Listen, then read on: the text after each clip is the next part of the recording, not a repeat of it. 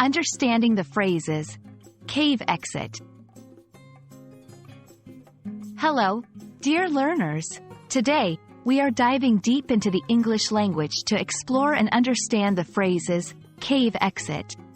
By the end of this video, you'll have a clear picture of what these words mean when used together and how you can use them in your daily conversations. First, let's dissect the two words. 1. Cave. A cave is a large hole in the side of a hill, cliff, or mountain, or one that is underground. Caves can be natural or man-made. They often serve as shelters for animals or even humans in some cultures. 2. Exit.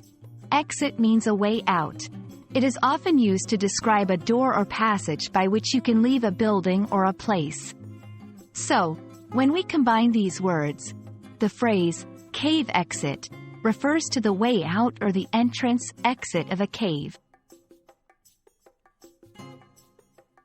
Now, let's understand how this phrase can be used in sentences. 1.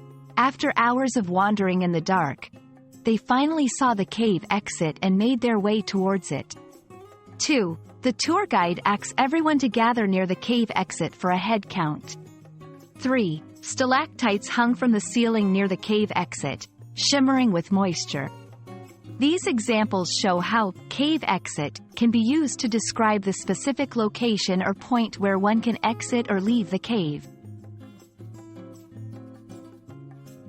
It's essential to note that cave exit specifically points to the way out.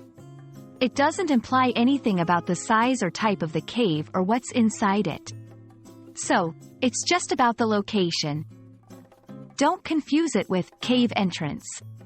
While they can be the same in some caves, where you enter and exit from the same point, in larger or more complex cave systems, the entrance and exit can be different.